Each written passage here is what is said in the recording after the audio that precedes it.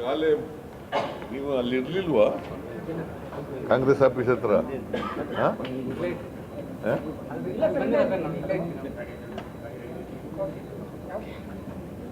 ಅವರು ಕರ್ನಾಟಕದಲ್ಲಿ ರಾಜಕೀಯ ಬೆಳವಣಿಗೆಗಳ ಬಗ್ಗೆ ಚರ್ಚೆ ಮಾಡಿದ್ರು. ಬಹಳ ಮುಖ್ಯವಾಗಿ ಈ ಜಾತಿ ಗಣತಿ ಬಗ್ಗೆ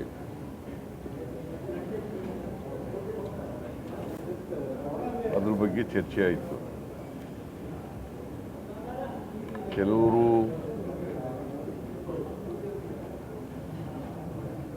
ಸಂಘ ಸಂಸ್ಥೆಗಳು ಮತ್ತು ಕೆಲವು ಜಾತಿ ಮುಖಂಡರುಗಳು, ಮಠಾಧೀಶರುಗಳು ಮತ್ತು ಕೆಲವು ಮಂತ್ರಿಗಳು ಕೂಡ ಜಾತಿ ಗಣತಿ ಬಗ್ಗೆ ಅಪಸ್ವರ ಎತ್ತಿರ್ತಕ್ಕಂಥದ್ದನ್ನು ಪ್ರಸ್ತಾಪ ಆಯಿತು. ಅದ್ರ ಬಗ್ಗೆ ಡೀಟೇಲ್ ಡಿಸ್ಕಷನ್ ಆಯಿತು. ಈಗ ವರದಿ ನಮ್ಮ ಜಾತಿ ಗಣತಿ ಬಗ್ಗೆ ಏನು ವರದಿ ಕೊಟ್ಟಿದ್ದಾರೆ, ಇನ್ ಪ್ರಿನ್ಸಿಪಲ್ ಅದು ಅಕ್ಸೆಪ್ಟ್ ಮಾಡ್ತಾರೆ. ಇನ್ ಪ್ರಿನ್ಸಿಪಲ್ ಅಕ್ಸೆಪ್ಟ್ ಮಾಡ್ತಾರೆ. ಆಮೇಲೆ enumeration of the cost survey ಅದನ್ನು ಬಿಕಾಸ್ ಅದು ಹಳೆಯದಾಗಿರೋದ್ರಿಂದ 2015-16 ಇಸ್ವಿನಲ್ಲಿ ಆಗಿರೋದು 10 ವರ್ಷ ಆಗ್ಬಿಟ್ಟಿದೆ, 9-10 ವರ್ಷಗಳು. ಅದಕ್ಕೋಸ್ಕರ ಎನ್ಯುಮರೇಷನ್ ಆಗಬೇಕು ಮತ್ತೆ ಹೊಸದಾಗಿ ಅಂತಕ್ಕಂಥದ್ದು ಅವರ ಅಭಿಪ್ರಾಯ. ಅದಕ್ಕೆ ನಾವು ಕೂಡ ಒಪ್ಕೊಂಡಿದ್ದೀವಿ.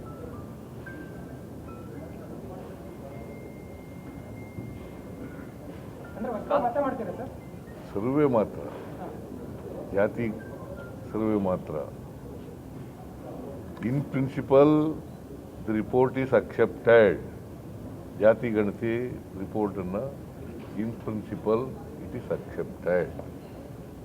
ಆದರೆ ಹೊಸದಾಗಿ ಹಳೆ 2015-16ರಲ್ಲಿ ಎನ್ಯುಮರೇಷನ್ ಆಗಿರೋದ್ರಿಂದ ಹೊಸ ಎನ್ಯುಮರೇಷನ್ ಆಗಬೇಕು ಅಂತಕ್ಕಂಥದ್ದು ಅವರ ಅಭಿಪ್ರಾಯ. ನಾವು ಕೂಡ ಒಪ್ಕೊಂಡಿದ್ದೀವಿ. ಅದನ್ನು ಇನ್ನೊಂದು ಒಬ್ಬರು ಈಗ ಹೇಗೆ ನಾವು SCಗಳದ್ದು ಸರ್ವೆ ಮಾಡಿಸ್ತಾ ಇದ್ದೀವಿ, ಅದೇ ರೀತಿ ಇನ್ನೊಂದು ನಂಬರ್ಗೋಸ್ಕರ ಎನ್ಯುಮರೇಷನ್ ಮಾಡಿಸ್ತಕ್ಕಂಥ ಕೆಲಸ ಮಾಡ್ತೀವಿ. ಐ ರಿಪೀಟ್, ಗೊತ್ತಾಯ್ತಾ? ನೀವು ಏನೇನೋ ಬರೆದು ಬಿಡಬೇಡಿ. ಆಮೇಲೆ ಏನೇನೋ ಬರೆಯಕ್ಕೆ ಹೋಗ್ಬೇಡಿ. ಸರ್ವೆ ಆದಷ್ಟು ಜಾಗ್ರತೆ. ಈಗ 60 ದಿನನ 70 ದಿನನ 90 ದಿನದೊಳಗಡೆ ಸರ್ವೆ ಆಗ್ಬೇಕು, ಕಂಪ್ಲೀಟ್. ಅಷ್ಟೊಳಗಡೆ ರಿಪೋರ್ಟ್ ಎಲ್ಲ ಕೊಟ್ಬಿಡ್ಬೇಕು, ಗೊತ್ತಾಯ್ತಾ? ಸೊ ಇದು ಒಂದು ಚರ್ಚೆಯಾಗಿ ತೀರ್ಮಾನ ಆಗಿದೆ.